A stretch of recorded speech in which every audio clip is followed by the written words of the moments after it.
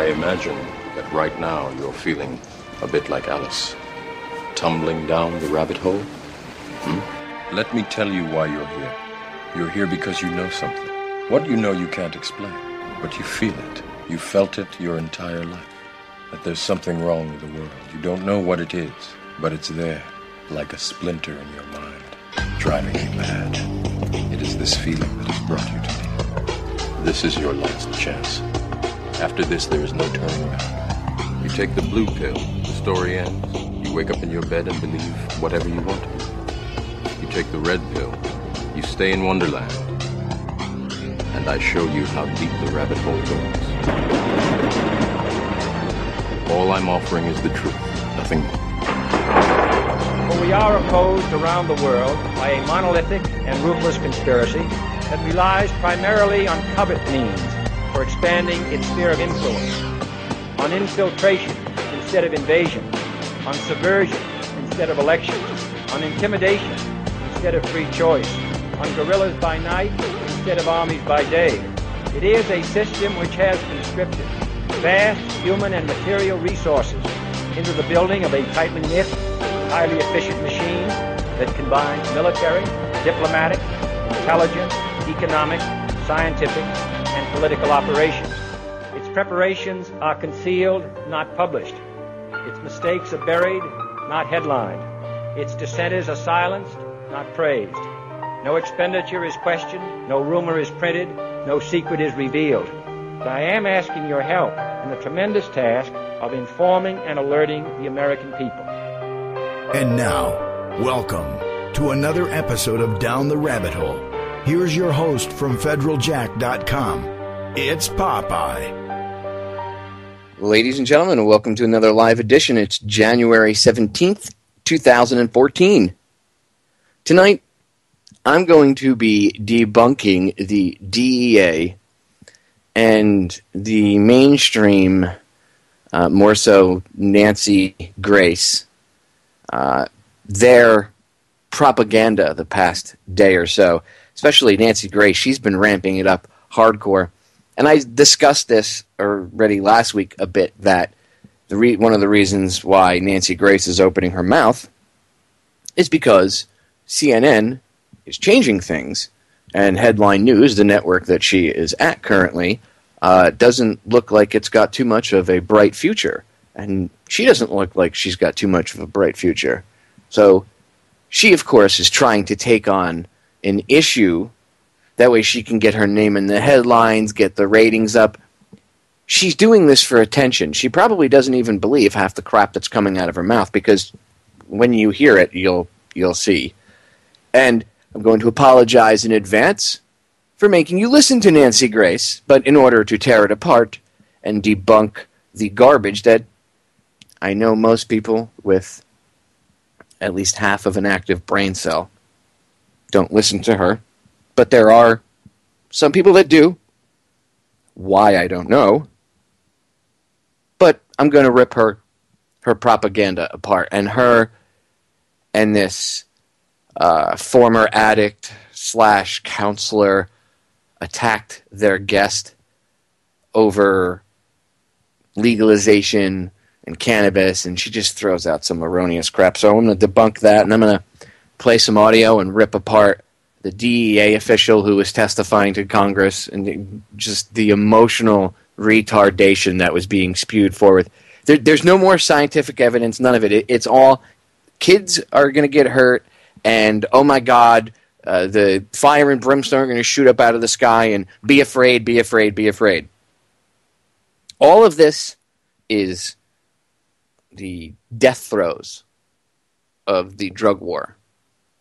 And these people that have been pushing it for so long. This is the death throes of it. And you see them going. They're not going to go out quietly. They're like a bunch of cornered rats. They are not going to go out peacefully. They are going to bite. They are going to be really just a pain in the ass until the bitter end. And of course, they want you to operate on fear. Notice they don't come to you. See, as a government official, I expect my government officials to come to me and say, these are the facts, and this is the information. I expect you to look at it logically, Mr. Popeye. I don't want you to react based on emotion alone and not think. But that's not what they do. They come to you and they go, oh my God, oh my God, oh my God, fear, fear, fear, fear, oh my God. And they come up with the most retarded excuses. My favorite new one is, well, now the drug cartels they're gonna attack the dispensaries. Well, since it's legal, that's what the police are for. The police stop that kind of activity. Oh, are you saying that your police are inadequate? That's what you're saying. That's a stupid argument. See, that's what happens when you sit down and you think about things logically and you don't react on emotion. So anyway, let's get into the woodshedding of Nancy Grace, shall we? And again, it was her and her guest versus this one single individual who was on, and I can't remember the guy's name, but I'm sure she'll mention, I think she does right in the beginning, but she was already going at it with the guy. And then she just brings in this counselor. Again, he was a former addict, probably. Maybe he did heroin or cocaine. By the way, I'm so tired of hearing people say, oh, marijuana is a gateway drug to heroin and cocaine. No, it's not. Stop it. I know so many people that have actually stopped using hardcore drugs like cocaine or heroin with the use of cannabis. They used it to get through the detox phase, especially. I know people that have quit smoking using cannabis. So, stop it. Uneducated lies. And again, the mainstream media, who's nothing but a mouthpiece puppet for the powers that shouldn't be, they want you to not look at any of this stuff, anything in regards to cannabis and legalization or decriminalization or anything in regards to cannabis in general with any sense of logic. They want you to react based solely on emotion. You freak out and, oh my God, I can't handle it, and that's it. The end of the world. The end is nigh, the end is nigh. That's what they want. It's the kind of attitude they want. Fear, fear, fear, fear, fear. Well, you know how I feel about fear here. Down the rabbit hole. So, let's get to it. And again, ladies and gentlemen, you know I love all of you, so I apologize in advance that you have to hear Nancy Grace's mouth. The clip's only 5 minutes and 46 seconds, so I'm going to try to get through it as fast as I can, but I'm going to have to stop myself and interrupt her ignorance and one of her guests' ignorance. But again, I apologize that you have to hear her harpy, shrew-like voice. Here we go. Breathe. It is a life healing center. Also, with us, Mason Tevert, Communications Director of the Marijuana Policy Project. All right. Mason Tevert, let's first ask you, what is the Marijuana Policy Project? What is that? And I have to stop it. If you could see the video, she does that. She's doing over-dramatic air quotes, and she's nodding as she's doing it, and she's looking at him like with disgust, this faux disdain. And by the way, if the disdain is real, I mean, I know she's ignorant, but if the disdain is 100% real, then she's even more ignorant than I thought she is. But I told you it's not. 50%, I would say it's 50-50. 50% of it, she really doesn't like it. She's that ignorant about it. Okay? Which wouldn't surprise me. Without a shadow of a doubt, she's that ignorant.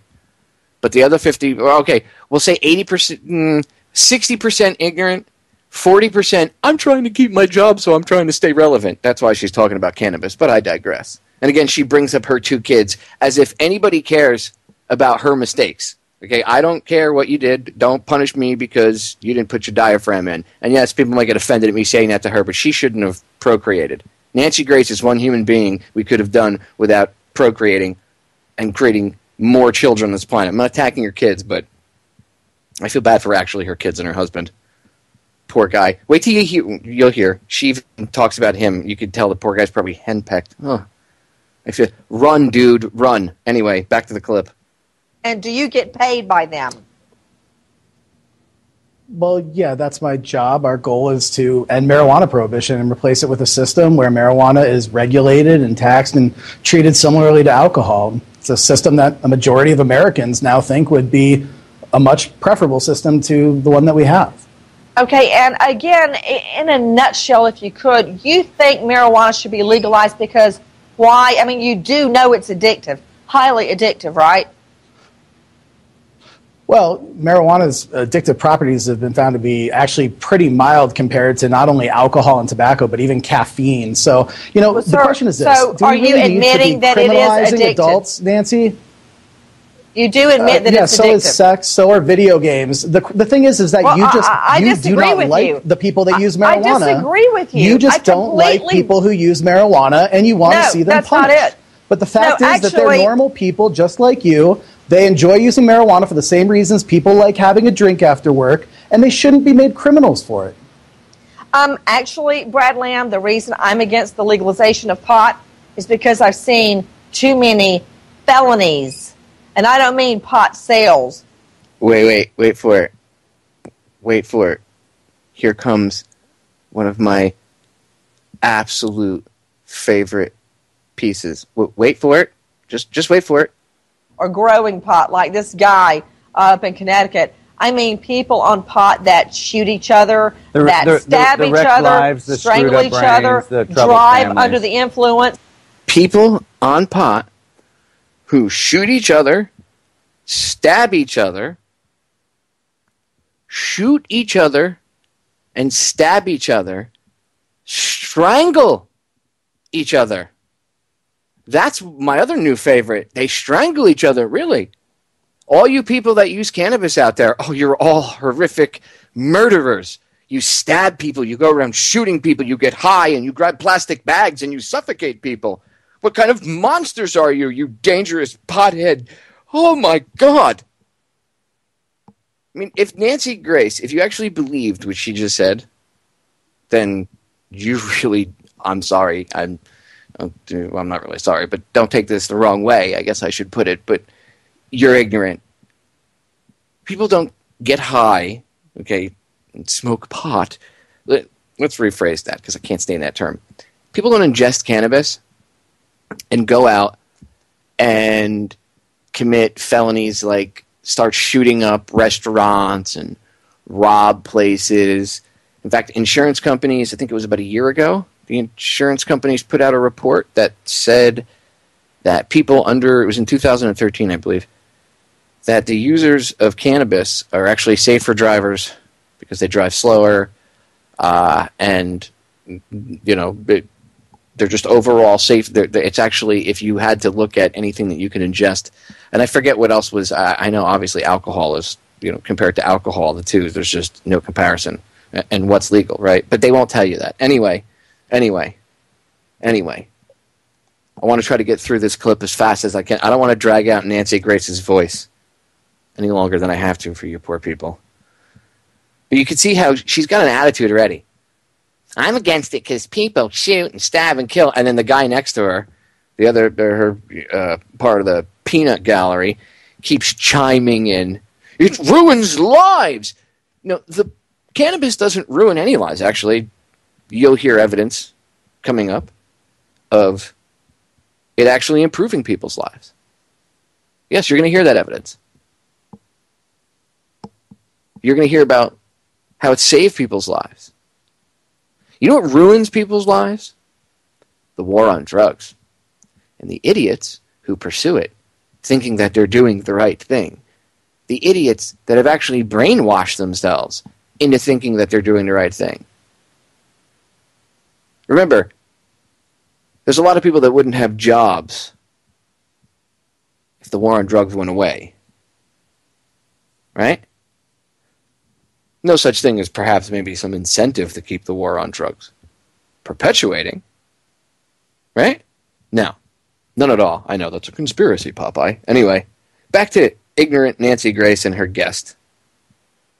Kill families, wipe out a whole family. The first time I ever had a pot case... You sound like you're from the 1930s. This female... No, but I have to... Hold on, Brad. The first time I ever came in the first case, it was a plea. And there was this gorgeous lady standing in the middle of the courtroom crying.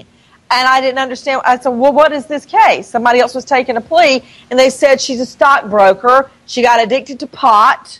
She ended up losing her job, wrecked her car, couldn't make the house payments on her house. So her I'm sorry, but until I see the evidence of this supposed stockbroker who was addicted to pot and wrecked her whole life, Nancy Grace, you're a liar. Show me. Show me. Show me some sort of proof. If it's already gone through the system, that means it's already been put through the system, it's in public record, and I should be able to have access to it. So, if you're going to make that claim, you need to back that up. I want to see some evidence there, Nancy. This woman was horrifically addicted to pot. She was a stockbroker who couldn't do her job.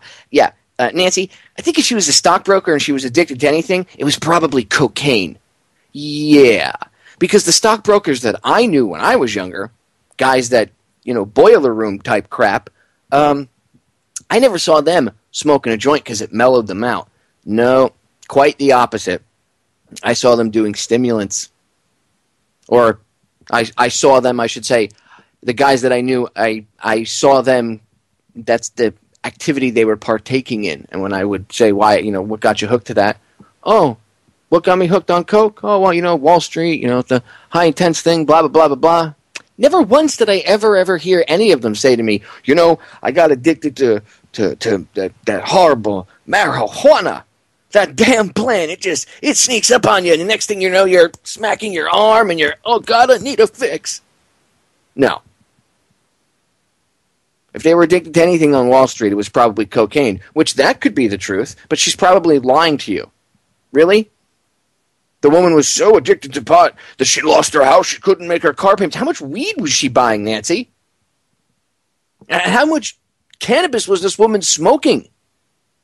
In order to wreck her life and not be able to make her house payments, you'd have to be buying like a Cooper a month and smoking it by yourself. That's a lot. I know people that wake and bake and smoke from the time they get up to the time they go to sleep without stopping. Okay? And you know what? They don't smoke that much. So you're lying. See, if you look at her story with any semblance of logic, no emotional freaking out, just some good old-fashioned logic, you see what she's trying to do. She's trying to build a false narrative based on fear, on emotion, to control you. That's what she does. Nancy Grace is a bullshit artist. Husband got custody of the children, so now she has no car, no house, no family, nothing.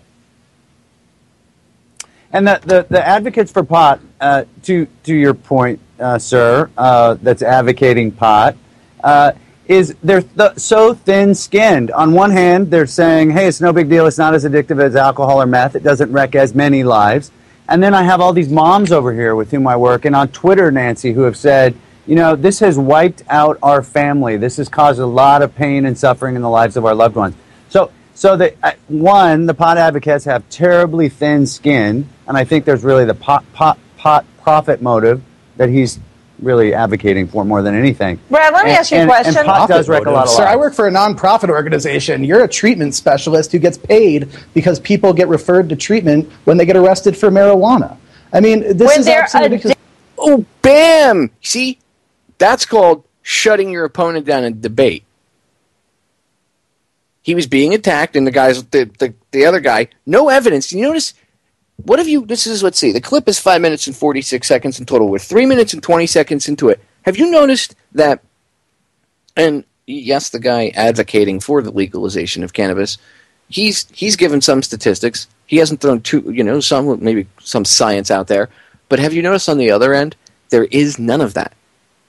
And the guy advocating for it, he's not emotional. He's very calm. The other two are all huffy. Oh my God!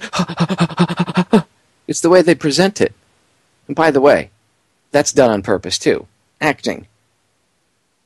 A lot of times when you watch a TV show, you get emotionally invested in the character, right?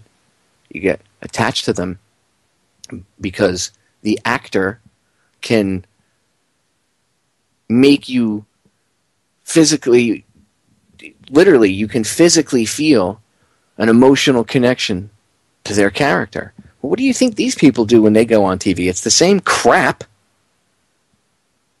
Except she's more shock value. That's what Nancy Grace is good for. The people that control her know that. The powers that shouldn't be, her masters, know that. She's just a useful idiot. She's nowhere near at the top of the pyramid, but since she chose to open her mouth about this subject and spew ignorance, well, Nancy, to the woodshed we go. There's no evidence that marijuana leads to violent, aggressive behavior. When they're addicted. Let me correct you, Mr. Tucker. 9% When they are the Institute of Medicine. Okay, according to the Institute of Medicine. By the way, I've not seen any proof that I can't. Got to stop calling it marijuana. Cannabis. It's a true term for it. Marijuana is a slang term. Cannabis is not addictive. Okay. Yes, your body may. You may be grumpy. Say you smoke a lot for 10 years and you stop. Cold turkey. Well, yeah, you might have withdrawal symptoms because your body is, after all, a biological computer that does run on chemicals, right? That's what adrenaline and all these other chemicals our body produces are, and stuff that you can put in your body, like especially if you're under surgery or whatnot. Anyway, our bodies react to this stuff, to the chemicals. Okay, so these people are trying to get you to live your life like they have the past. It's going on close to 100 years now, based on fear when it comes to things like cannabis. Because if you smoke cannabis, you're automatically going to go out and rape and murder everybody, like they said in Reefer Madness. By the way, go watch the original Reefer Madness. A little bit racist-based. I mean, the powers that shouldn't be, people like Nancy Grace and her ilk and the rest of these morons on CNN and MSNBC and Fox and all of them, they like to throw racist around, or whatever ist term they like to throw around, right? They like to label you something for having an opinion. You don't like Barack Obama. Well, it's because you're a racist, because he's a black president, and you just don't like what he has to say because you're racist. Well, that's not really using the term properly. But if you look at how they came across with the original propaganda for ending cannabis, they were trying to scare white people into thinking that the Mexicans and the blacks were going to smoke the marijuana and come rape the white women and burn the towns down. Oh my God, they're going to kill people. And if your white kids smoked it, well, they would just go insane and end up in a mental asylum. This is the kind of crap that they put out there. Anyway, 3 minutes, 32 seconds into this. We got about 2 minutes, a little bit over 2 minutes left. I want to try to get as much out for the break coming up. So let's finish up with Nancy Grace. I got to take some Pepto-Bismol just listening to her. About 9% of people who try marijuana become addictive. Compared the moral or ethical core of the work you do, sir. Just because you have a nonprofit doesn't mean that you're doing meaningful work. Anybody can have a nonprofit. Sir, give me a break. Come on. The fact is that a majority of Americans are on my side because your side cannot come up with a legitimate argument for why we should keep criminalizing adults for using a less harmful substance than alcohol. But if your argument is it's not as bad as meth or alcohol, that's a ridiculous Do you drink, sir? Do you consume alcohol? I Do you consume alcohol? Well, I hate to break the news to you there. Former whatever you were addicted to guy, counselor now. But cannabis is nowhere near anything as horrific and damaging to your body as alcohol or heroin or crystal meth. Okay? Cannabis and crystal meth, two totally different things. Cannabis and heroin, two totally different things. Two totally different things. If you can't understand that, you're ignorant, and it's your fault. Because there's more than enough evidence out there to show you the truth. But if you see it and go, well, that's just propaganda for people that want to get high, well, then you've already closed your mind off. So you're not really being open-minded. You're just going through the motions. Anyway, back to the clip. Clean and sober for 11 years. You never drink. You don't hang out with people who drink. You absolutely are sober. You are one of the 10% of Americans like that. Well, do you think what, Brad? I guess that makes you and me complete space aliens, because the last thing I want is for the children, my twins, to see me boozing it up. I mean, when my husband drinks Diet Coke, Brad, I make him put it in an opaque plastic cup. I don't even want them to see him having soda, okay? Well, okay, first off, Nancy, just so you know, diet soda is actually more dangerous than the cannabis, so you should look into that. And second of all, that's what I was talking about the hen peck thing, that she makes her husband do certain things, and you could see if she's making him walk around with soda in a quote-unquote opaque cup, which, okay, I hope that's just talk, because if not, like I said, punch out, Maverick, eject, take your kids and run. I feel sorry for you, homie. And Nancy Grace would sell I'm willing to bet she would sell out her own family for the right dollar. I have no use for this woman whatsoever. Never have, and I never will. She is a talking head. She is manipulative. And she's one of those people that's all about herself. And when you spew garbage like this, there are people that will believe her and will listen to her. And it doesn't matter if you don't. There are people that will listen to her and will believe her. And unfortunately, that causes a problem, because that causes the continuing ignorance, which causes the continuing problem that we have right now. We're on the verge of moving beyond that, but man, they're in their death throes. So when we get back, we got a minute left with this ignorance-filled, I should say, conversation. And then I'm going to play the raving emotional madness that is the DEA. Capitol Hill. Stay tuned. We're back, ladies and gentlemen. We're going to finish debunking Nancy Grace and her show filled with ignorance, and then we're going to get into the DEA's just over-emotion and overplaying of fear and just pushing fear because, oh my God, the dreaded cannabis plant, where will we be in 10 years? But we'll get into that. Hour 2, we're going to hear some evidence that you often don't hear. Maybe a little 2-minute soundbite on CNN once in a while with Dr. Sanjay Gupta. You barely ever hear it. You're going to hear some testimony from different people who've used cannabis oil to heal themselves. There's no medical use for it. I've never seen any medical use for it. Yeah, okay, stay tuned. You'll hear evidence to the contrary. But I digress. Let's get back into Nancy Grace and her ignorance. Okay, if they want to make those decisions when they're 18, that's their decision. Yeah, you do have thin skin, Mason.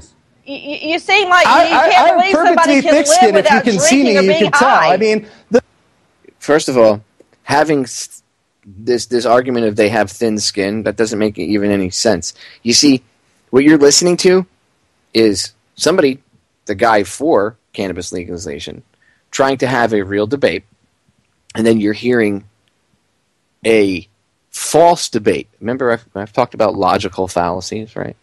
They're building it based on what? Straw man arguments. It's a logical fallacy-filled argument, and right now, the whole thing is a straw man argument, right? She's going off the rails. And the other guy that's in here with her, that she brought in as her, her backup, I guess, whatever, he comes off, and he hasn't made one scientific statement. He hasn't. All he said is that cannabis is addictive, and it's just as bad as crystal meth or heroin. That's what he's equated it to, okay? And, said the other guy just can't stand the fact that it is, and that he's wrong, pretty much. And that's it. That's their stance. Do you understand this? I mean, when you go back and listen, the beauty of the archives is you can go back and play this as I, play the clip. You can play it over and over again. Or, I'll even tell you the name of the clip. You can look it up on YouTube. It's just type in HLN's Judge Nancy Grace states, and then that should bring up, the title's a little bit longer, but that should bring it up. So just type in HLN 'S Judge Nancy Grace states, and that should bring up the video, and then watch it. Okay? you'll see there's no real argument. There is none. It's almost 6 minutes of filler with no real argument. All they did was get this guy, they dragged him into this argument, okay? And he was smart. He didn't allow himself to get dragged in too much. You could tell the guy knows how to debate, and he realized what they were doing. And he didn't want to get sidetracked from the issue and get into it, which, you know, when you get on these shows, you only have a certain amount of time. So he realized what they were doing. But it's important that I point this out to you. I'm not worried about him realizing what they did. I'm sure even if he didn't realize fully, I'm sure somebody explained it to him later. It's important that you understand this, ladies and gentlemen. It's important that you know. I know most of you probably can't stand Nancy Grace, but it's important that you look at this stuff and realize that the argument that's being put out there, and it's the common theme that's being put out there. It doesn't matter if it's Nancy Grace spewing it or somebody else, even on another network. It's this common theme of ignorance, and it's the same thing. Oh my God, you have to be afraid. Pot's it's gonna destroy the earth. How about it stands to actually help in many different ways? And I've gone over this on many different broadcasts. I had Rick Simpson on. Like a 4-hour interview, a 4+ hour interview I did with him about cannabis oil and hemp, Jack Harrar, everything. It's in my archives. Go listen to it from last year. I spent hours upon hours talking about this stuff. You need to educate yourself if you don't know. Anyway, let's finish up with the Queen of Ignorance and her court jester. The thing is, you guys are spewing these claims from the 1920s and 30s that have been debunked by the largest health and science organizations in the world. But the Mason, World Health Organization, the Institute of Medicine, disagree with you. Has a study that is which a is the research most study. politicized federal agency around. Cut Mason's mic, because Brad can't get a word in. It talks that pot is less addictive than meth and alcohol. So the guy who they're trying to quote-unquote debate, see how they bashed him? And then the last, there's only about, at least for the clip, I'm sure there was probably a little bit more time left. But there's there's about a 45 seconds to a minute total left. And she cuts the guy's mic. Even if there's another 2 or 3 minutes left, she cuts the guy's mic in the middle of a debate. Oh, you're not letting him get a word in edgewise. Really? It's been you two ganging up on this guy the whole time. So again, this is just a logical fallacy-filled argument. And again, it's always for the kids, for the kids. Let's listen to the last 30 seconds, and then we'll get into the DEA. Less addictive than nicotine. But for those who it has a profound negative effect, it screws their life up, Mason, and addiction does result with folks that get addicted to pot. Brad, I normally agree with you, but I think you and... Well, that's great. You know what, Nancy, I'm glad that you normally agree with people, but I have to interrupt them for a second. People can get addicted to anything. They can get addicted to watching TV shows. They can get addicted to video games. Should we ban video games? Should we ban football? I'm sure you could say that there's people that are addicted to football. Should we ban Monday Night Football? I mean, where do you draw the line at what people can be addicted to and what they can't be quote-unquote addicted to? And again, the quote-unquote addictive properties of cannabis. Okay. Anyway. Hey, so where's Mason? Where's Brad? I think you're Mason both. went away. I think you're both missing my point, and that point is you seem to be offering me only a life where I've got to be drinking booze, or I've got to be smoking, or I've got to be high on pot. And you know what? I really think there's a different way to live. Oh God, with the faux crying, I can't deal with it anymore. Shut up, Nancy. You're done. I think there's a better way to life.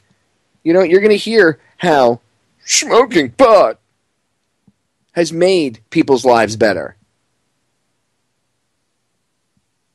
You know, you hear people say, well, I've done the research and there's no scientific evidence that proves that cannabis has any medicinal value. Well, then you haven't done the research, because there's tons of it out there. That means that you have been so lazy and so slack with your work that even a blind, retarded monkey could have found the info that you supposedly can't seem to find, right? Maybe you're just being slack. Anyway, let's get to the DEA. Let's listen to the DEA's fear-based emotional plea about legalization of cannabis. Oh my God! Hell is going to open up and suck in the United States because of cannabis. You're the senior DEA official in charge of enforcement, and the department announced that they weren't going to enforce some drug laws in states that voted to have other type of marijuana policy. And a lot of this is finding its way into my state of Iowa, even though their state laws say it can't happen. What's your view on the department's new policy? Thank you, Senator. The department put out a policy by which the U.S. attorneys and prosecutors would consider there are 8 different factors in prosecuting cases relative to marijuana. Marijuana is a Schedule I controlled substance. It's illegal. So we're still enforcing. Which, by the way, the fact that it's a Schedule I drug is stupid. Schedule I means that they say it has no medicinal value whatsoever. It's already been proven, and you'll hear evidence to the contrary. But first I had to put out the ignorance, because we have to address it. I really wouldn't be addressing the ignorance if I followed up the enlightenment with the ignorance. So first I have to lay the ignorance out on the table, and then we'll wash all of that ignorance away with some good old-fashioned enlightenment. So let's get to dumping out the remainder of the ignorance. In law. But I will tell you, I'm glad you asked me that, Senator, because I have to say this. I've been 27 years as a DEA agent, 34 years in federal government. A father of 6 great kids and a wife who's hung out with me for 32 years. I've been serving the country since I'm 18 years old. I have to tell you this. And I served in the great state of California for 9 years as a new agent. And I went with you to Redding, California. You don't remember, there was more hair here, when we established an office up there for meth. I must tell you this, because it would be wrong for me to tell you. Going down the path to legalization in this country is reckless and irresponsible. The department has set up factors, sir, and I get that. I'm talking about the long-term impact of legalization in the United States. It scares us. The treatment people are afraid. The education people are afraid. Law enforcement is worried what is going to happen. In every part of the world where this experiment has been tried, it has failed time and time again. And here we are. The voters have decided to do this. It's going to impact. I'm going to stop that right there for a second. He's a liar. In every country in the world, if they've tried this, it's been a failure. Time and time again. That's a lie. Portugal. The Netherlands. Go look it up. 2 countries, right off the top of my head. What was it? Peru or Uruguay? That they're going to do. I can't remember, that they're going to legalize drugs too. They're going to do the same thing. I can think of 2 countries off the top of my head that I know that things have gotten better. Portugal. And again, the Netherlands. I've been to the Netherlands. I've been to Amsterdam. I spent almost a month there. I can tell you that even in the seedy sections, where you do once in a while have a drug dealer come up to you, and they don't, it's not like here. They walk up, as they walk past you, they go, coca, or they'll, heroin, or however they want to say it, whatever they say. Sometimes poppy, whatever. But not like here. Not like downtown Miami. And I'm talking a city that's much older and more transient. If you've been to South Beach or Miami and you think, wow, there's people from all over the world here. Yeah? Go to Amsterdam. That's a crossroads of the world. Yet I didn't see even a quarter of as many homeless people on the streets. Or quote-unquote crackheads walking around. They have cannabis cafes. See, that's a lie. Time and time again, it's failed in these countries. You're a liar, sir. I mean, he's outright lying in his testimony. And see, the problem is the people that are up there talking to him, they didn't ask him there on a level of combatants. They asked him there as a person of, we trust your opinion, please guide us. That's the stance that they have with him. It's not like they're battling with him. Okay, they're not having it out with him. They're really not. Feinstein speaks at the end for a brief moment, of course, even though who cares what that evil reptile has to say. No, that's not an ad hominem. I really think that woman's inhuman, along with a bunch of others. And when I say reptile, of course, I'm kind of being half sarcastic. I don't really think she's a reptile in human skin, like V or anything, but she's cold as a snake, as is Pelosi and the rest of them. But anyway, I digress. I don't want to be taking ad hominem shots at them because I don't want to lower myself to their standards, even though they are all scum. Anyway, back to the emotional plea from the DEA. Remember, it hasn't worked. Doing this in other countries, it hasn't worked, even though you should go look up Portugal and the Netherlands. Anyway. The state, the surrounding states, and California's done, ma'am, you know that. California's turned around and done a lot of great things, what they're doing, what they're seeing, and I wish some people would take example of what's happening. There are more dispensaries in Denver than there are Starbucks. I think you're telling me that federal law ought to be enforced. What I'm saying, sir, is the idea somehow that people have in our country, and to the extent that some legislators do, county elected officials do, that this is somehow good for us as a nation, sir. That this is good for the next generation of Americans coming up is wrong. It is a bad thing. And this body will get its door knocked on 10 years from now and say, how did we get where we get? People are going to ask us 10 years from now, how did we get where we're getting? And can I just put it in context with Afghanistan? First of all, in 10 years from now, if things stay on the track that they are, and say within the next 5 years it's legalized completely across the country, and the federal government stops going after cannabis growers or people that use cannabis, and it's no longer criminalized at all, whether it's the feds, local, state, county, city, whatever, it does not matter. All across the board, it's left alone, it's taxed, so they're making some revenue. I mean, you want to pay off the deficit, how about we pay it off by legalizing and taxing it? There's only, I don't know, a ton of money to be made if you wanted to tax it, right? But no, there's no benefits. And anyway, in 10 years, if things stayed on that track, we would be looking back going, how did we get here? Well, we got here because eventually people finally grew up and stopped living in fear. That's what we would say in 10 years. They want you to believe it's going to be like Mad Max, Road Warrior, if cannabis is allowed to be, quote-unquote, legalized throughout the land. Oh, my God! The end of the world! You have no idea the kind of hell you want to unleash. Ugh, just ignorance. And, of course, the guy's getting all emotional. And if first of all, if the emotion's not fake, which I think at least a large portion of it is, but I'm willing to bet that a large portion of his emotion is genuine because he's filled with ignorance.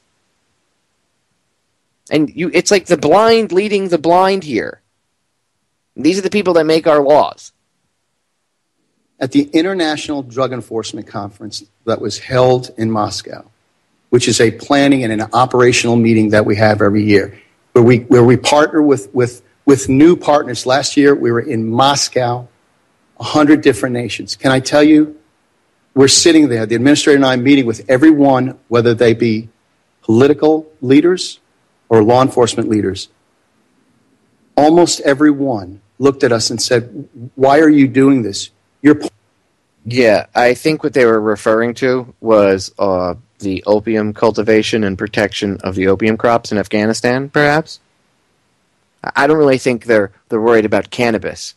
Just wait, you'll hear him reference cartels and how. Just remember, the guy who grows the cannabis in the woods, who has no connection to the cartel, he has a plot of land with some woods, and he grows cannabis, and he provides that to dispensaries. Even though there's no connection to cartels, that's still funding terrorism and drug lords, even though it's not connected to them. Do you see the argument here? It's all based off of fear, ignorance. Let's continue. Pointing the finger at us as a source state, and yet you turn. I have no answer for them. I don't have an answer for them. I just don't. In 27 years ago, working in Washington Heights as a young agent, senior agents told me we could never work with Colombia. 27 years later, we have Algerians going to Colombia for best practices. I apologize for my excitement, but this is a bad experiment. And what are you talking about?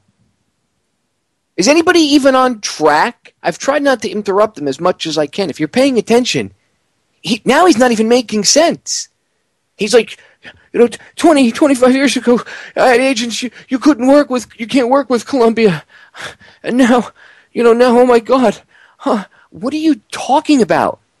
The cannabis that's consumed at cafes doesn't come in from Mexico. Okay?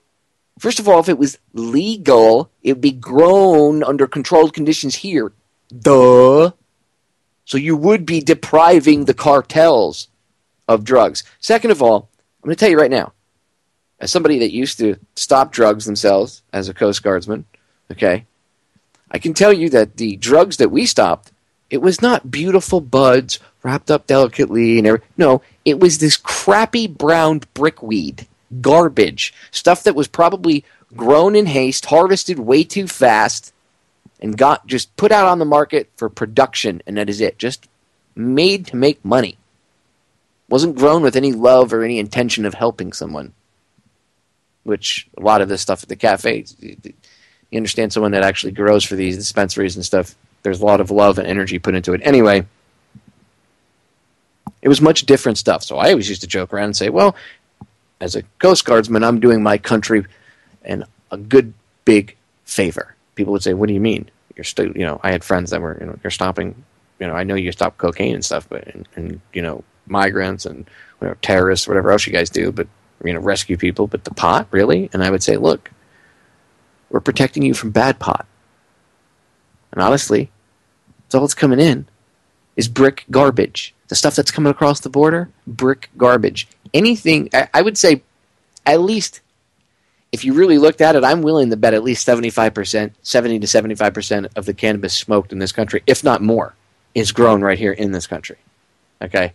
The stuff that's really a big problem getting smuggled in, things like opium, cocaine. I'm sure they're smuggling some meth in, but they make a lot of that here. So, but again, this guy went off the rails. Oh my God, you can't work with Colombia. What are you talking about? Who's smuggling cannabis from Colombia into the United States? We have Humboldt County. You have the mountains of Colorado. You have, if Florida got their act together, you have tropical South Florida, where you could grow outdoor year round. Anyway, let's see where he's trying to go with the rest of this. Bad experiment, and it's going to cost the United States in terms of social costs. It's going to cost us in criminality. We have, ma'am, you need to know this. We have organizations. We just took it down in Bakersfield, and a group that took a marijuana dispensary as a front to launder its meth proceeds. We're not a great case with San Francisco DEA, Bakersfield, Columbia, and Miami. This is the more I'm worried about the more states that it happened to. But you see, he said San Francisco and Bakersfield, which are in California, and then he mentions Miami, which Florida does not have medicinal marijuana yet or recreational. So how is that state? I'm going to tell you again. The biggest thing that we stopped, okay, yeah, you got bales of cannabis coming in from like Jamaica and stuff like that, maybe some stuff coming up from Mexico, but the biggest thing in South America most of that stuff most of the stuff coming out of South America was cocaine. I mean, let's be honest. Most of the stuff we intercepted was coke. We intercepted more. I mean, you caught bales of weed, but again, it was crap. We used to cut it open and look at it. You could see it was garbage. It wasn't something that was, it was slapped together in haste. Like, it's not the same stuff, I'm telling you. I'm willing to bet money that 70 to 75%, if not more, of the cannabis ingested in this country does not come in through the borders. It's grown right here. Anyway, let's try to finish this up. They're going to come. You're going to demand from me. You're going to demand from DEA. How are you going to stop that? People think that DEA and law enforcement officers around the world are interested in Billy and his bong and his basement. We're not. We never have been. That's his mother and father's problem. That's not the federal government's problem. That's not Jimmy Capra's problem in DEA. That's a mom and dad problem. What I'm interested in, what DEA has always been interested in, is the trafficking groups that want Billy to be puffing on his bong, the groups that are selling dope to our kids because they live off the backs of addiction. That's what they want. And I think sometimes get lost because there's been great things that have been done here in the United States. His whole argument makes no sense, by the way, okay? His whole argument makes no sense because he's saying that, the DEA isn't worried about Billy smoking his bong, right? Well, but you are, because you're closing down cannabis shops that the cannabis has grown here in the country. Well, it's controlled by cartels. No, it's not. I'm sure there maybe are spots where stuff's grown that is cartel controlled, I'm sure. But no, the majority of it is not. You're a liar. So your argument really is invalid and actually doesn't have a foundation to stand on. The DEA is against these drug cartels benefiting and profiting from getting our kids addicted to things like marijuana. Well, then why wouldn't you legalize it here? Because the cartels, if it's legalized, obviously it's going to be regulated and taxed. People won't have to go to the cartels. Case in point, people in Colorado got pissed off. They got pissed off last week, right? You heard it in the news in the week before because the price of cannabis went up. How much was it for an eighth, 3.5 grams? How much was it? It was around $50. Actually, it was about $40, and then they got something else. So it was between $40 and $50. That's street value. So they were paying street value because of the price had to go up because of there were so many people buying it legally, right? And it only went up to current street value. You see, it was already kept lower because it was legal. Takes the profit out of the cartel's hands, at least for cannabis anyway. Of course, that's not their mainstay of their money. Mainstay would be cocaine, ecstasy, opium, heroin. Anyway, we'll be right back. Stay tuned. Ladies and gentlemen, we are back with hour number 2 here on tonight's live edition of Down the Rabbit Hole. I am your host, Popeye from FederalJack.com.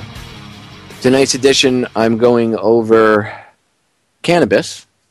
Tonight, I'm focusing on the mainstream media's attack, more so Nancy Grace, the capitalizing ambulance chaser that she is, her attack on cannabis, and which is the same mainstream talking point attack.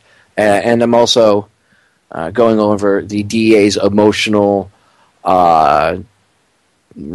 I don't even know what to call it because the guy wasn't even making sense. I mean, he didn't even go someplace with it and then came back.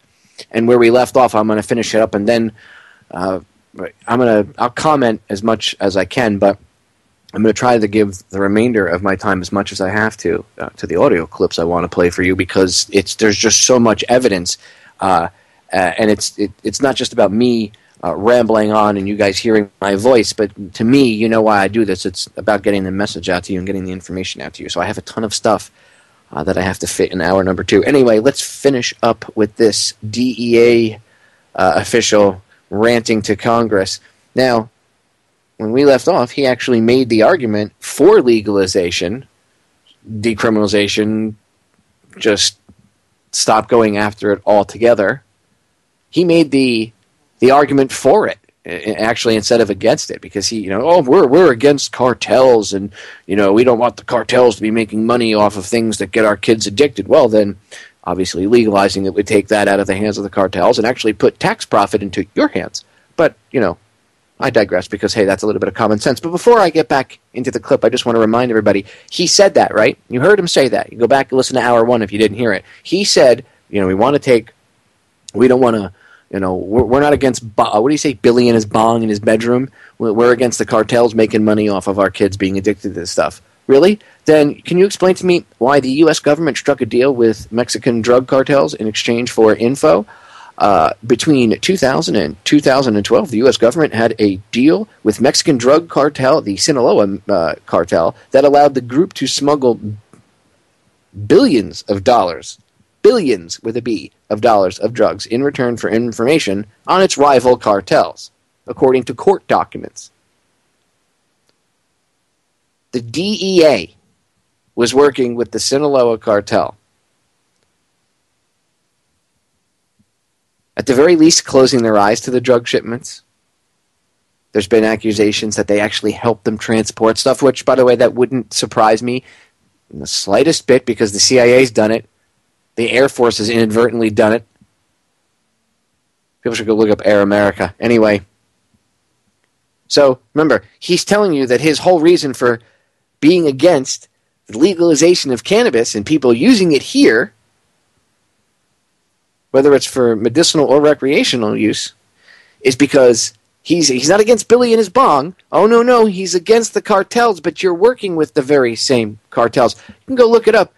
Article right on Russia Today.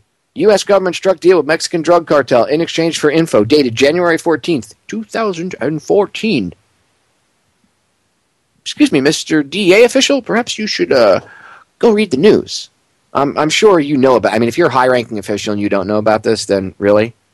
Really? Anyway, let's finish up. Tremendous things that have been done here.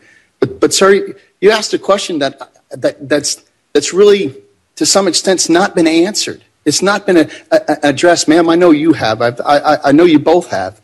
But going down this road, so getting back to the department has given us factors on which prosecutors to prosecute cases. And by the way, we've never gone after, and have done that because people thought we're going after small-time traffickers. I've been DEA for 27 years, never arrested an addict, and I don't have any small-time traffickers that we don't have time for that because we're dealing with things like this on a global scale. I apologize for. So you don't have time for quote-unquote small-time traffickers, yet you're raiding cannabis cafes, cannabis shops that are legal. The people that live in that state voted it's legal, they have it there. That state makes tax revenue off of it. You're raiding those shops. The DEA is raiding those shops. I thought you were worried about the quote-unquote global war on drugs. And again, if you're worried about the global war on drugs, then why are our Marines standing over in poppy fields in Afghanistan right now, guarding them while they grow poppy? Oh, by the way, I believe it was 2013, record opium production for Afghanistan. Go look it up. I just saw that one the other day, too. But the DEA is worried about legalizing cannabis because that's what's really the scourge of the underworld right now. Total lies. I'm going to submit my questions for three more questions for answer in writing. Okay. It's fine. So would you folks answer some questions I submit in writing because I have to go? Thank you. Thank you. And very thank much, you all Senator for your Grassley. participation. Let me just address Mr. Capra's I think statement, I'm going to stay and which listen to what you say. I see one of great law enforcement frustration, and I tend to agree. I oppose the legalization of marijuana in California with most of law enforcement. We beat it back that time. Whether we'll beat it back the next time, I have no clue. I believe that it is the wrong thing to do socially. I believe that it is a gateway drug. I believe that it leads to other things, and the fronting for methamphetamine is one of them. It's one thing to use it with a doctor's prescription to ease pain. What she's referring to is they've busted a you heard the DEA official say they busted a meth lab that was fronting as a cannabis dispensary, and they were making meth. So because they masqueraded as a legal operation, automatically it's the cannabis dispensary's fault, because you just heard her say they're used as fronts for meth. So you see what they do? She believes that. Doesn't matter if that's true, which there's not that big of a connection. It's just they used it. Okay? In the show Breaking Bad, Walter White had a car wash that he used to launder the money from his meth profits. So, would that mean that we should outlaw car washes because they could use that business to launder money? Oh, they could use any business to launder money or as a front to do something else. They could have had a shipping store. They could have had anything. They could have put it up as a front for a friggin' little mom-and-pop hardware store. It doesn't matter. So what would they have done if they had put it up as a little mom-and-pop hardware store if that was the front for the meth-making place instead? Then what would they have done? What would the excuse then have been? Well, we need to outlaw mom-and-pop hardware stores. Only huge Home Depots. That's the line of thinking here from Dianne Feinstein. Anyway, let's finish up with her. I want to get into the evidence that there's positive effects for it. Particularly in a terminal situation, I understand that. And there are probably components of certain kinds of marijuana that can be used to treat babies medically. We're seeing that happen. But to say it should be used socially on an ongoing and robust basis, and I think, your analogy that there are more marijuana stores in Denver than Starbucks is an interesting one. Oh no! There's more dispensaries and cannabis cafes or shops than there is Starbucks. God forbid! We should contact Starbucks right away and make sure that they can put in another 15 to 20 stores. I mean, who cares? Who cares that there's more dispensaries? Good. That means more people are getting access to medicine and more people will live longer and better quality of lives. You want to take that away from them because you're afraid based on ignorance. Fear, actually it's ignorance based on fear. The fear is what drives your ignorance. Your fear of not understanding it. Oh my God. Oh my God. It's interesting that not all law enforcement officers think like that. I know that I often showcase when there's bad officers, and unfortunately there is more bad ones now than there is good ones. At least that's what happens. That seems to be showing what's going on. But there are still good guys out there that do it and do the job. And people that are retired, and they speak the truth about cannabis or prohibition. One group in particular is law enforcement against prohibition. And these guys aren't running around saying everybody should chief up and, lighting joints on camera and things like that. Nope. But they're retired law enforcement personnel, detectives, judges, sergeants, captains. These guys were in the field for a very long time. And they're saying it's not working and that it's stupid.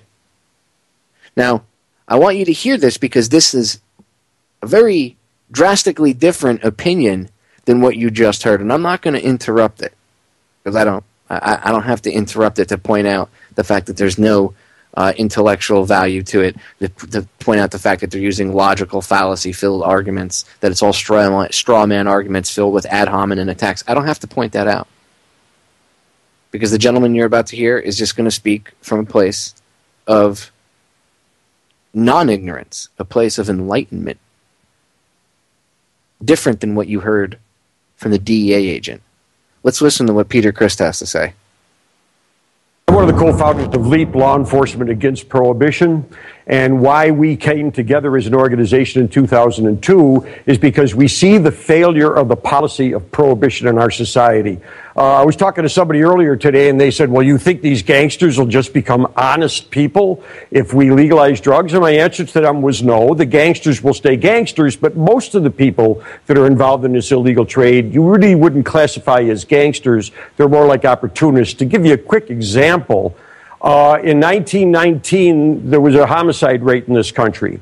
We instituted alcohol prohibition in 1920. The homicide rate in this country climbed every year until it peaked in 1933 when we legalized alcohol. And by 1937, the homicide rate in America was back down to the level it was at before alcohol prohibition started. And I want to point out one other thing about 1937. That was the deepest, darkest period of the Depression in this country. So there was a lot of angry people, but they weren't killing themselves anymore because we took the product away that they were killing themselves over.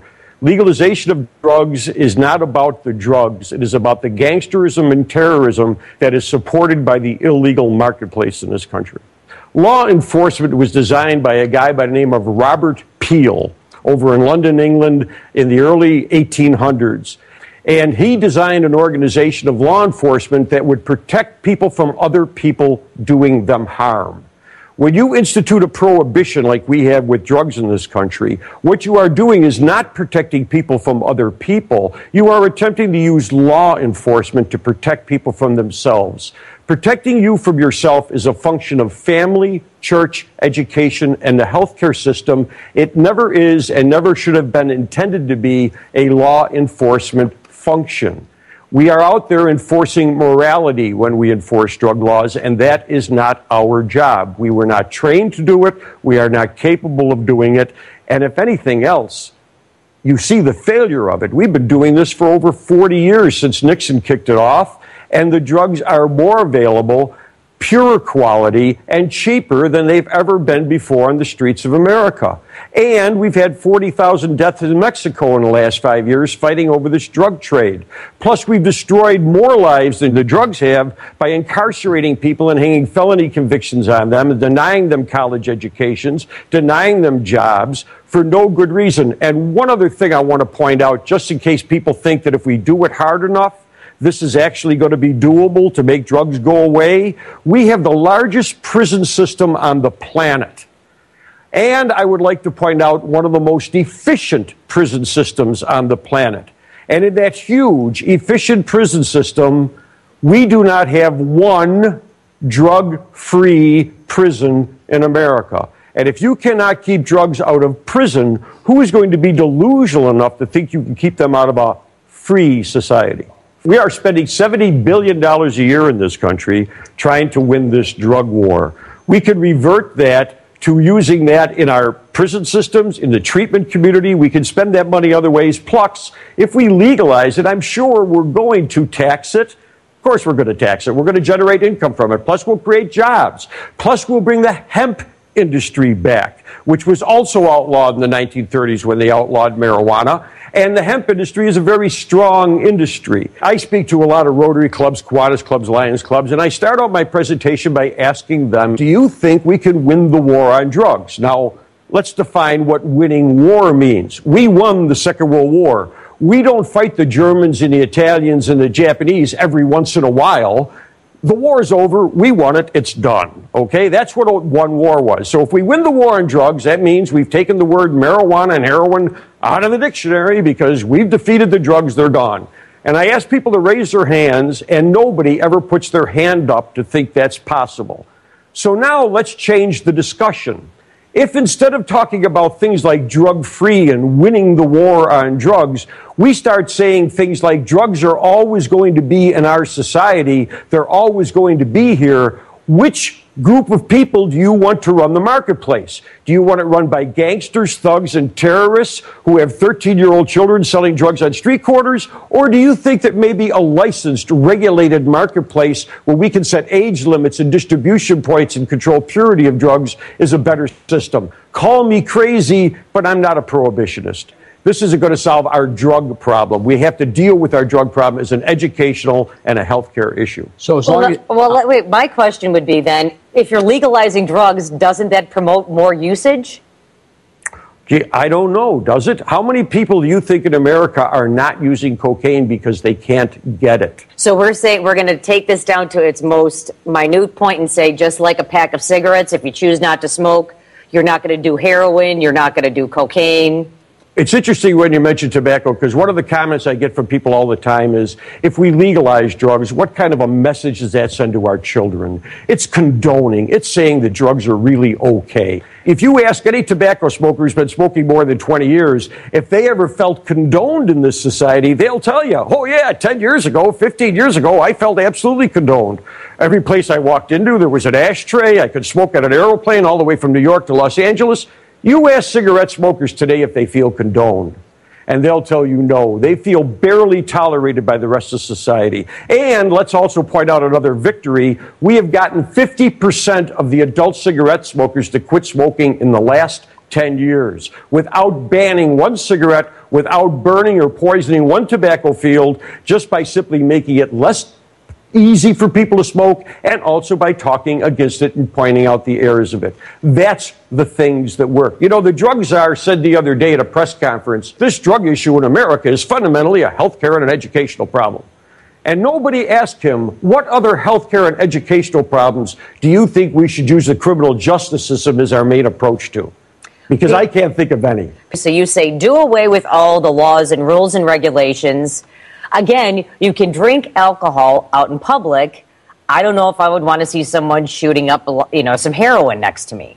You set regulations. We are setting different regulations than we have ever had in this country for tobacco use. We are now preventing people from smoking in the park in some places, from smoking on the street. We don't allow people to walk down Main Street unless they change the laws since I retired, but it used to be illegal to walk down drinking a can of beer. You couldn't do that. So those are things we have to do. You know, I just want to remind you, in 1933, when we legalized alcohol, the federal government didn't legalize alcohol and set up a whole regulatory system for the country for alcohol. They basically got out of the prohibition business and said to the states, regulate it any way you want to.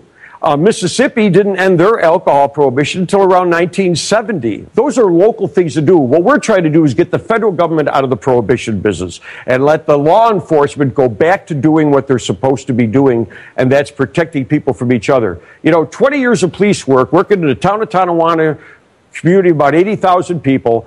I remember two incidents. One was a father who found out that his son had committed a rape, and he turned his son into the police for that rape. Another one was a mother who found out that her son was committing burglaries, and she turned her son in for committing burglaries. Not once in 20 years did a parent ever turn their child in for drugs. Not once.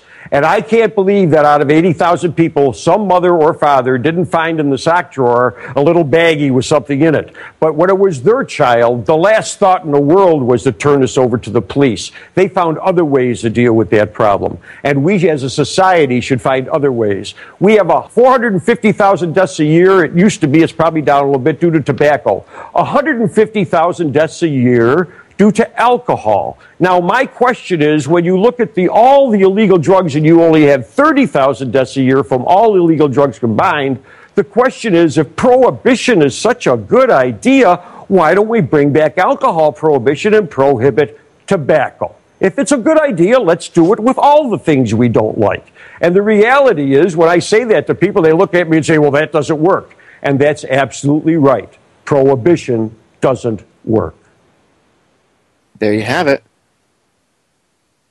Right from a retired law enforcement officer. And there's many of them. Check out the group LEAP, L-E-A-P, Law Enforcement Against Prohibition. And again, these guys aren't running around saying, hey, everybody should start shooting up heroin in the park. It's awesome. Freedom for heroin users. Crackheads, run down Main Street. Hey, everybody, go get a lighter. Time to spark up. That's not what they're saying. They're trying to talk to you with some common sense. And he's right. The numbers are that alcohol does show that alcohol is much worse. Whether it be injury, arrests, problems. Let's ban alcohol again. I know everybody's mouth just dropped. What? I want my beer when I go watch a Sunday football game. Or whatever sport. I go to a baseball game or a football game or soccer game. I want to sit down with my beer. I'm sitting with my buddies.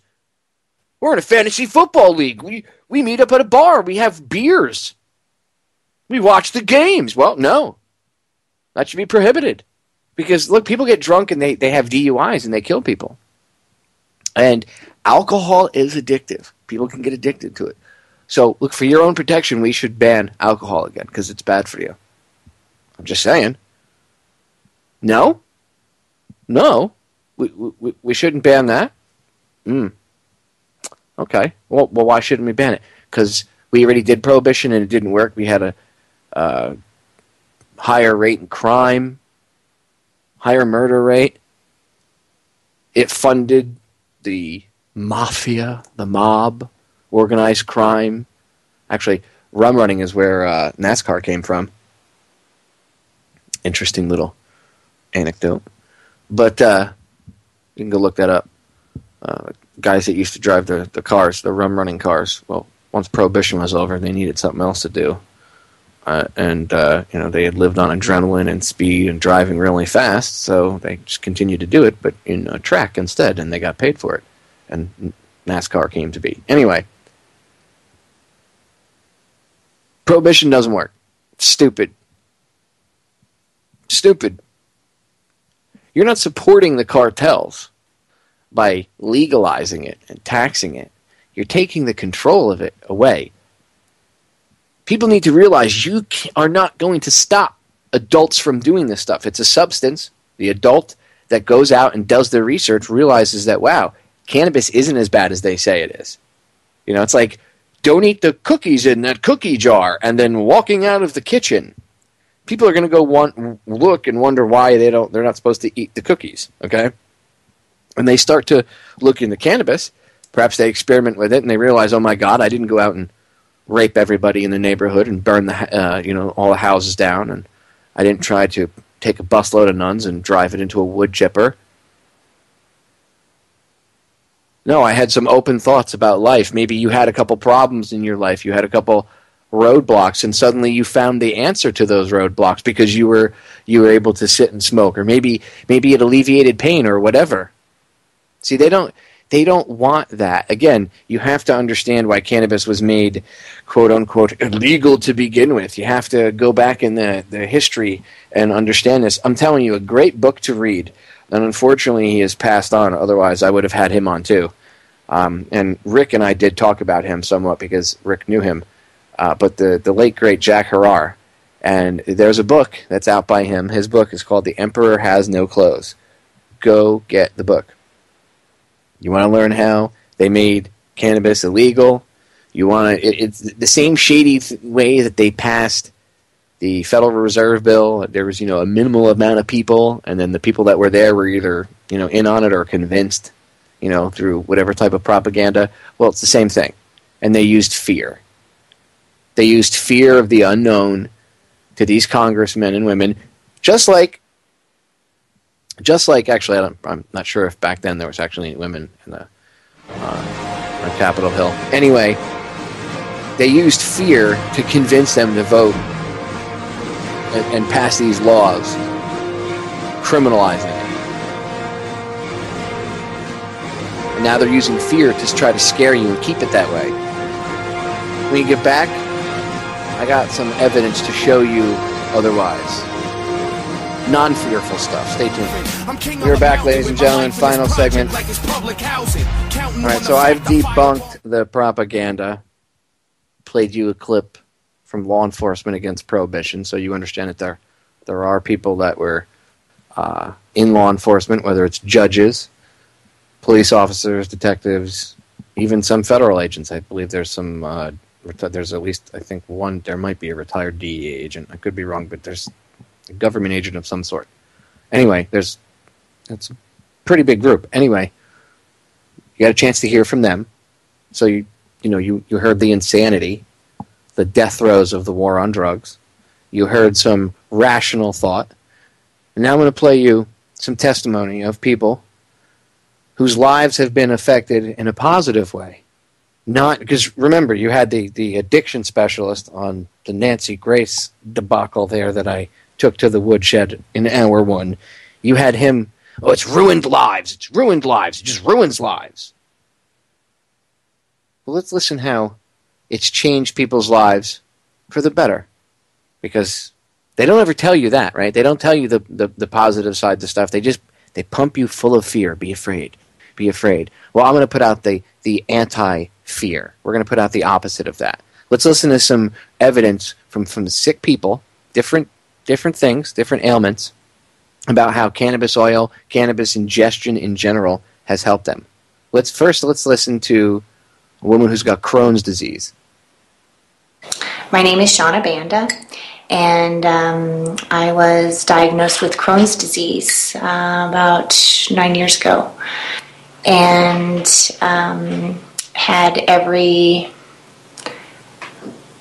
condition that you can think of. I've endured. I went through the beginning stages of the disease, where I was having strictures or blockages in my bowels, with surgeries and drugs to fix that, all the way to the terminal stages of the disease, where I was losing weight quite drastically, and my body was starving because any food that I ate was gone within minutes, and my body just wasn't able to absorb any of the nutrition that I was trying to give it. I was so sick for just so long that as soon as I tried the oil and started feeling way better, that there was no turning back. That was it. That was it. No medication that any doctor had ever given me had worked that well for any reason. I'd watched Rick Simpson's movie, and I was in Kansas, and you need a whole pound of it to make the 2 ounces to cure you, and I cried. And I was like, there's no way. And I accidentally found out how to do it with a little $50 Gladstone vaporizer and a $5 spatula. Scrape that stuff out and scoop it into a pill and eat it 3 times a day. And it's just amazing. It really is. I really was on my deathbed, laying there in my bed, just waiting. Because, I was in and out of the hospital so much, and out of the emergency room, that the last couple of times I had went in, there's nothing that we could do for you. And I'd gotten to the point where I didn't want to be a burden, didn't want to do anything, so I was just literally waiting to die. And that's when I accidentally found the oil. And really, within 3 days, I was able to no longer need the use of my cane. I could stand upright, and that was it. My life changed forever. All from ingesting cannabis oil. Again, she mentioned Rick Simpson. Again, it's something like a 4.5 hour interview with him in my archives from last year. Go listen to it. We get into everything. He knows all about this, the global agenda, the one world government. He knows all about it. Rick is a super smart guy. And not only is he a smart guy, he's really genuine. He's just an all-around good human being. And he gets into, in fact, during the interview, he gets into how to make super high-grade oil. And he actually goes over it in detail in there. It's just a great interview. Like I said, it's like 4.5 hours long. It's in my archives from 2013. Go check it out. And I will be airing a surprise, I guess you could say, for all of you. So I want you to make sure you go rip the archive of this show, not just because there's evidence to prove to people that cannabis prohibition is stupid and that it can help people. But if you're sick, and you haven't seen Run from the Cure, by the way, which you should, and you can, I have it over on Federal Jack right on the front. If you scroll down, there's a picture of the syringe with cannabis oil in it. Just click on it, and it opens up a page with the video. But I'm going to play the audio instructions from the movie, from Rick, on how to make the basic oil, and then you can look into it and go from there. I'm going to leave you all today before we, dismiss class for the evening, as it were, with the capability to take care of yourself, because you know what? I love all of you, and I don't want any of you to get sick. And neither does snoring dog here in the background, right, Monster? Right. Okay, so let's get back to the evidence. 2 more pieces of evidence I want to play for you. The next lady has cerebral palsy. And this, if I remember correctly, yes, this is the one that she's got a really bad stutter. And wait till you hear the drastic difference. It has to do with the cerebral palsy. You'll hear it. Wait till you hear when she smokes a little bit of cannabis and the effect that it has on her body. Wait till you hear the drastic difference. I mean, this alone should... You want emotional testimony? Okay, DEA, I'll give you emotional testimony. Here's something real. I live in a state that has no medical marijuana protection. I was I'm born with cerebral palsy, which most noticeably manifests itself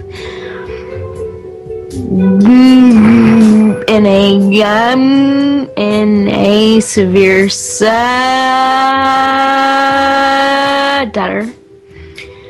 and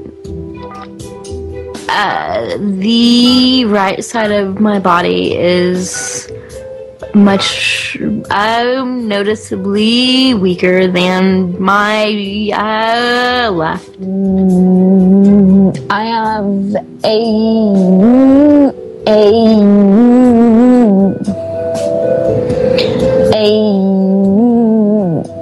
the stutter has got to be one of the most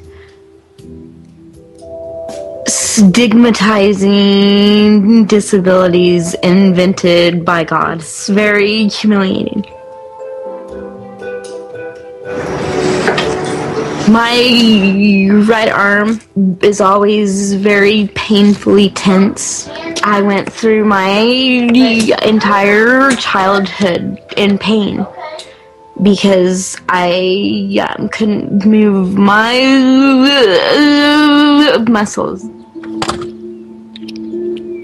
The first time I realized that cannabis helped me was the first time I smoked it.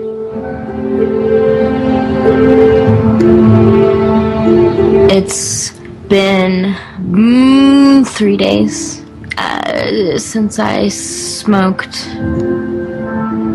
I am hoping to find something in Kansas City.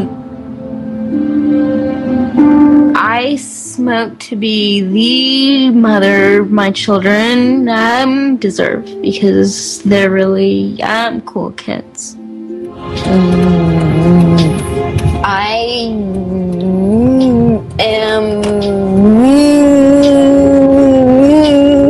I'm in downtown Kansas City, looking for cannabis. Why? Because I hate the way that I stutter,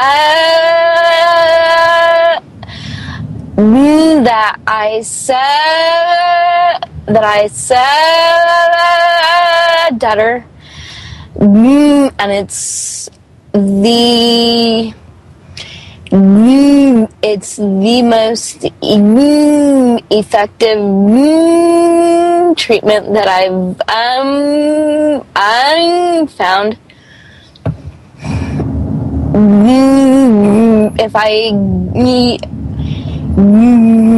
If I were to get busted buying or smoking marijuana, there's a possibility that I could lose my children. But it's worth that risk? I wouldn't be half the mother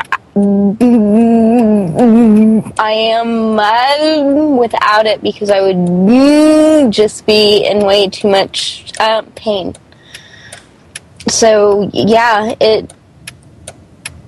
being a good mother to my children is the most important thing in the world to me.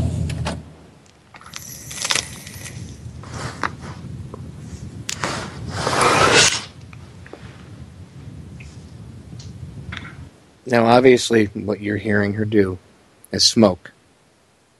Listen to the drastic difference.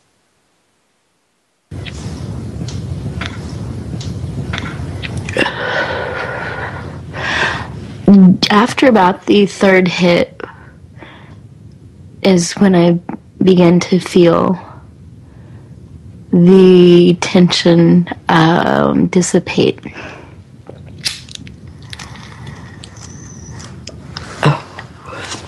It really helps my speech. I feel much calmer, much less rushed, and I feel like I can control the muscles that I couldn't control before I smoked. It's kind of nice. I don't make as many funny faces.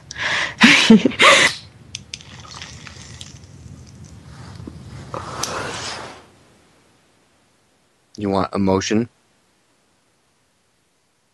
You want to play games? Powers that shouldn't be? DEA? Nancy Grace? I can deliver emotion.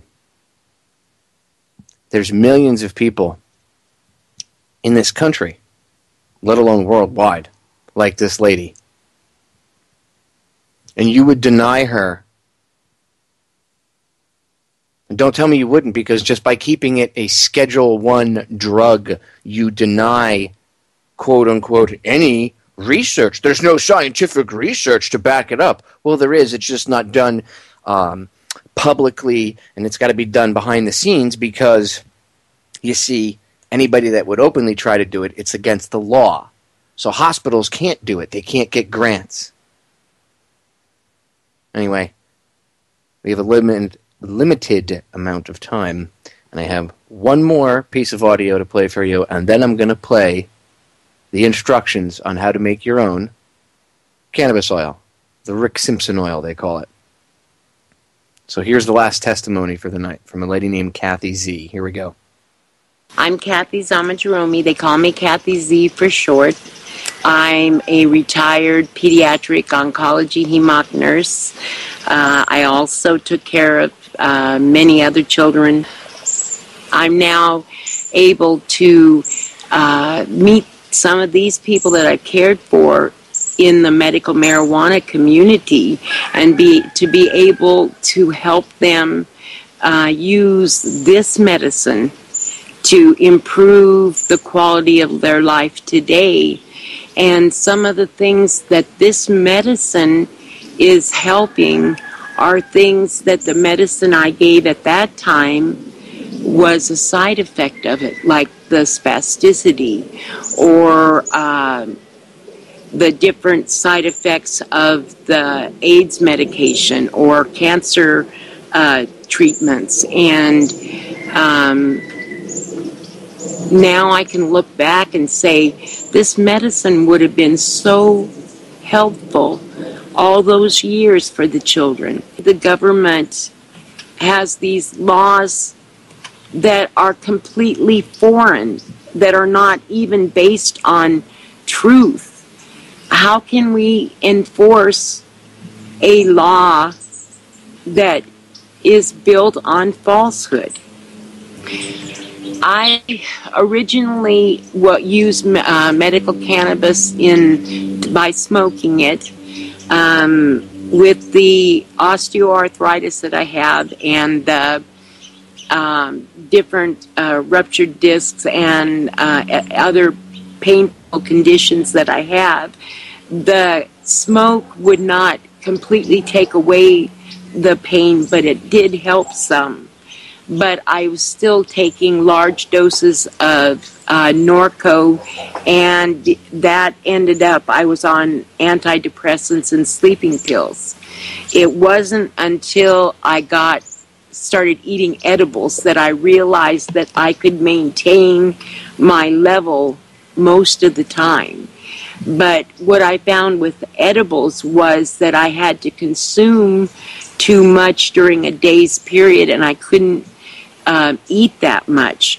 So then the next step for me came with the tincture, and that has been able, because it's a concentrated form. I use the tincture with in glycerin because alcohol bothers my system. I can use that under my tongue, or I can use it in food, or sometimes it can even be used to cook. And I use the vaporizer as well, and sometimes Rick Simpson's hemp oil. And I use a balancing between the different medications so that I can keep as pain-free as I can. I've been able, with combination of the medication, to cut down on my use of Tylenol with codeine. During the summer, I had a 3-week period when I took none, and it was wonderful. This winter, I've had more trouble with this left hip, and I've had to start taking some of the Tylenol with codeine again. I haven't been having to take more than about 2 a day, which is so much different than when this hip gave me trouble 10 years ago. I took on an average day 4 to 6 Norcos, and even with the edibles, I still had to take 2. So the fact now that I could go for a 3-week period and take none is remarkable. My mobility is up. I'm down 200 pounds from 2003. The last 50 pounds has come off in the last year. I find that when I keep my cannabis level up, I don't crave carbohydrates like I used to, and I found that I'm eating more fruits and vegetables, and I am so much healthier than I was 7 years ago. They had told me in 2003 that I had about 6 months to live. My son was 13, and I knew I needed to get better. And so now I've got my life back. And by the way, if you go and listen to my interview, again, go to federaljack.com, click on the Down the Rabbit Hole archives. It'll open up the archives page. Go to the 2013 archives, and it's in there. Just look for Rick Simpson. I think it was cannabis oil with Rick Simpson on cannabis oil. Something like that. You'll find it. Go listen to it. He talks about how, because he's used the oil himself, when you use the cannabis oil, your body kind of just regulates itself. So if you're overweight, you literally start to shed weight that, say, the doctors told you couldn't be able to lose. If you're diabetic, maybe you're overweight. Maybe you should look into using tincture of this stuff. You don't need to get a pound of it. You just get enough that you can make the lower doses of it that you can give yourself over the course of time. You'd have to eventually, I guess, you would be ingesting a pound of it, but it would be over this course of time.